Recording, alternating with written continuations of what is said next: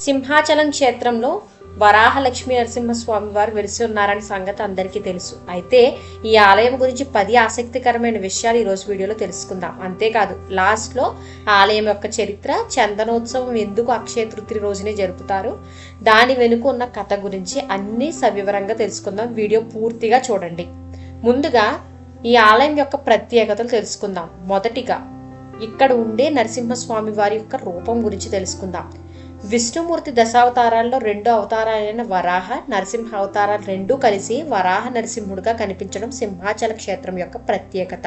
వరాహ ముఖం, మానవ శరీరం, సింహపు తోకతో కూడిన స్వామివారి శరీరం ప్రపంచంలో మరెక్కడా కనిపించదు. పైగా ఈ ప్రత్యేకమైన రూపాన్ని చూడడానికి 364 రోజులు వేచి చూస్తే కేవలం ఒక 12 గంటలు మాత్రమే స్వామివారి యొక్క నిజస్వరూపాన్ని చూసే అదృష్టం మనకు లభిస్తుంది. మిగిలిన సమయంలో చందనం కప్పబడి లింగాకృతిలో స్వామివారి నిత్య రూపం ఉంటుంది.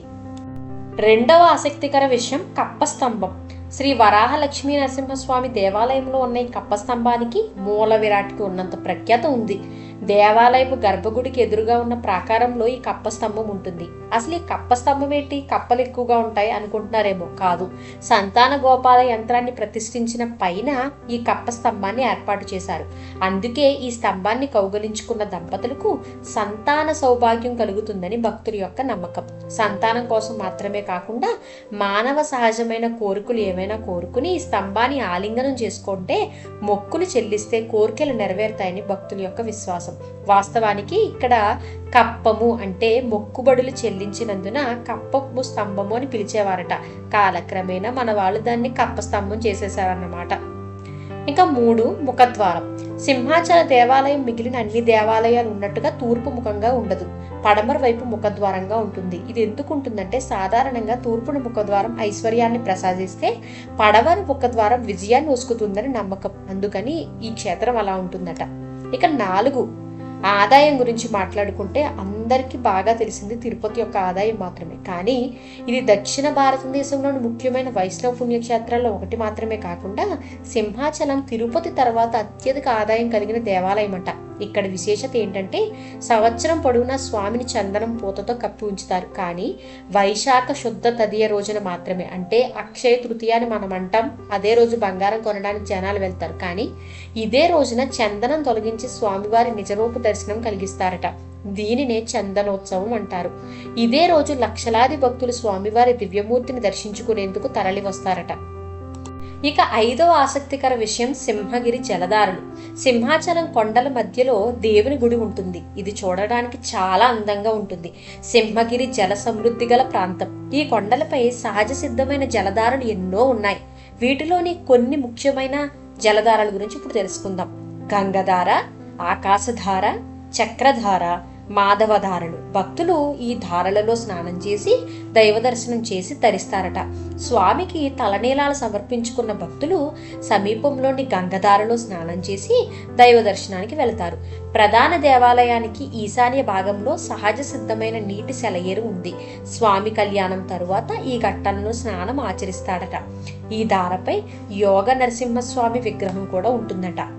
ఇంకా 6వ ఆసక్తికర విషయం ఏంటంటే గిరి ప్రదక్షిణ. అందరికీ అరుణాచల గిరి ప్రదక్షిణ అంటే చాలా బాగా తెలుసు. ముఖ్యంగా అరుణాచలంలో పౌర్ణమి రోజు చేసే గిరి ప్రదక్షిణకి ఎంతో ప్రత్యేకత ఉంది.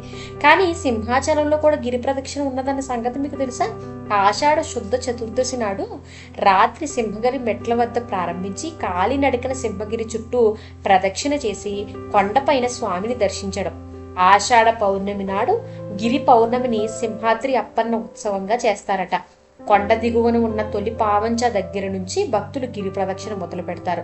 దాదాపుగా ఒక అరుణాచలం కేవలం 14 కిలోమీటర్లు మాత్రమే ఉంటే, ఇది మొత్తంగా 32 కిలోమీటర్ల వైశాల్యం కలిగిన అప్పన్న కొండ చుట్టూ భక్తులు ప్రదక్షిణ చేస్తారు. ఇది అతిపెద్ద గిరి ప్రదక్షిణగా పేర్కొంటారు.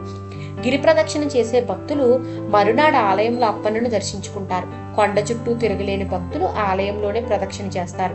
గిరి ప్రదక్షిణ చేసే రోజున భక్తులకు ఆ గిరి ప్రదక్షిణ జరిగే బాటలో ఉన్న గ్రామాల వారు, స్వచ్ఛంద సంస్థల వారు భక్తులకు నీరు, మజ్జిగ, పులిహోర పొట్లాలు అందించి భక్తులకి ఆ విధంగా సేవ చేసుకుంటారట ఇక్కడ భక్తులు.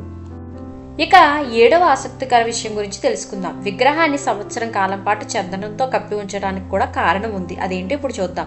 విగ్రహాన్ని సంవత్సరం కాలం చందనంతో కప్పి ఉంచి వైశాఖ శుద్ధ తదియ రోజు మాత్రమే చందనం లేకుండా నిజరూప దర్శనం కలిగేటట్లు చేయమని ఆకాశవాణి పురూరవుడికి చెప్పిందంట. ఆకాశవాణి పలికిన పలుకుల మేరకు పురూరవుడు వరాహ నరసింహస్వామి దేవాలయాన్ని నిర్మించాడు. ఆ సంప్రదాయం ఇప్పటికీ పాటించబడుతుంది. స్వామిలోని వేడిని చల్లార్చడానికి చందనంతో పూత పూయిస్తూ ఉంటారంట. ఇంతకీ ఈ పురూరవుడు ఎవరో చరిత్రలో తెలుసుకుందాం. ఇప్పుడు 8వ ఆసక్తికర విషయం గురించి తెలుసుకుందాం. ఇక్కడ ఉత్సవమూర్తులను షడ్బేరులు అంటారు. ఒక్కొక్క సేవకు ఒక్కొక్కరు ఉత్సవమూర్తి అన్నమాట.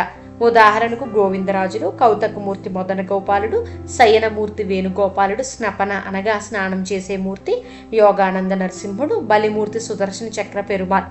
ఇవన్నీ స్వామివారి యొక్క విభిన్న రూపాలు. మూల విరాట్ మాత్రం వరాహ నరసింహ ప్రహ్లాద మందిరం మధ్యలో చందనం పూతతో లింగాకారంలో దర్శనమిస్తారు. ఇందులో స్వామి చుట్టూ ప్రదక్షిణ చేసే వీలు కూడా ఉంటుందంట. మూల విరాట్ ఇరువైపులా శ్రీదేవి భూదేవి ఉంటారు. ఇక్కడ కళ్యాణోత్సవం, చందనోత్సవం, ధనుర్మాసోత్సవం, వారోత్సవం, మాసోత్సవం ఇలా ఎన్నో జరుగుతూ ఉంటాయి. సంవత్సరం పొడుగున సింహాచలంలో ఏదో ఒక ఉత్సవం జరుపుతూ ఉంటారు. కానీ వీటన్నిటిలో అక్షయ తృతీయ రోజు చేసే చందనోత్సవం మాత్రం చాలా ప్రత్యేకమైనది. ఇప్పుడు 9వ విశేషం తెలుసుకుందాం. సింహాచలం అంటే సింహం యొక్క పర్వతము అని అర్థం. ఇక్కడ మహావిష్ణువు దశావతారాల్లో 4వదైన లక్ష్మీ నరసింహస్వామి యొక్క అవతారమూర్తిగా వెలిశారు. స్వామివారి దర్శనం కోసం దేశం నలుమూలల నుంచి భక్తులు ఇక్కడికి తరలి వస్తుంటారు. ఇక ఆఖరిగా భైరవవాక. సింహగిరికి మెట్ల మార్గంలో వస్తే కనిపించేది భైరవవాక. ఆడవివరం గ్రామంలో మెట్ల వద్ద భైరవ ద్వారం ఉంటుంది. ఇక్కడ భైరవ స్వామి విగ్రహం కూడా ఉంది. ఈ విగ్రహం ఎటువంటి పూజలు పునస్కారాలు అందుకోదు. కానీ 13 నుంచి 16 శతాబ్దాల మధ్య ఈ ప్రాంతం భైరవపురంగా ప్రాముఖ్యత పొందిందట. ఇక వరాహ పుష్కరిణి సింహగిరి కొండ క్రింద ఆడవివరం గ్రామంలో ఇది ఉంటుంది. ఉత్సవ మూర్తులను సంవత్సరానికి ఒకమారు తెప్పోత్సవం నాడు ఇక్కడికి తీసుకుని వచ్చి నౌకా విహారం చేయిస్తారు. ఈ పుష్కరిణి మధ్యలో ఒక మండపం కూడా ఉంటుందట. ఇన్ని ప్రత్యేకతలు ఉన్న సింహాచలం వరాహ నరసింహస్వామి యొక్క ఆలయ చరిత్ర గురించి ఇప్పుడు తెలుసుకుందాం. కశ్యప ప్రజాపతి కుమారులు హిరణ్యాక్షుడు, హిరణ్యకశిపుడు. రాక్షసరాజులైన హిరణ్యాక్ష, హిరణ్యకశిపులు క్రూర స్వభావం ముల్లోకాలను గడగడలాడిచ్చేదట. హిరణ్యాక్షుడు ఒకానొక సమయంలో భూదేవిని చెరపట్టి చాపలా చుట్టి తీసుకుని పోయాడని కొన్ని పురాణాలు వివరిస్తున్నాయి. అంతటి దుర్మార్గుడిని శ్రీ మహావిష్ణువు వరాహ అవతారం ఎత్తి సంహరించాడు. తన సోదరుడు హిరణ్యాక్షుని చంపిన శ్రీహరిపై కక్ష పెంచుకున్న హిరణ్యకశిపుడు ఘోర తపస్సు చేసి తనను మించిన అజేయుడు ముల్లోకాలలో ఉండరాదని, తనకు మరణం అనేదే లేకుండా బ్రహ్మ నుంచి వరం పొందుతాడు. హిరణ్యకశిపుడి యొక్క వరం తెలుసుకున్న దేవతలందరూ భయపడి ఇంద్రుని వద్దకు వెళ్ళి ఏదైనా ఉపాయం ఆలోచించమని సూచిస్తారు. అతని తపస్సును భగ్నం చేయడానికి ఇంద్రుడు చేసిన ప్రయత్నాలు ఏమీ ఫలించలేదు. ఇదే సమయంలో హిరణ్యకశిపుని యొక్క భార్య లీలావతి గర్భవతి అన్న విషయం ఇంద్రుడు తెలుసుకుంటాడు. హిరణ్యకశిపుడే ఒక పెద్ద సమస్య అంటే ఇంకా అతని కొడుకు పుడితే వారిద్దరు దేవతలను ఇంకా హింసిస్తారని, తన సింహాసనానికే ముప్పని భావించాడు ఇంద్రుడు.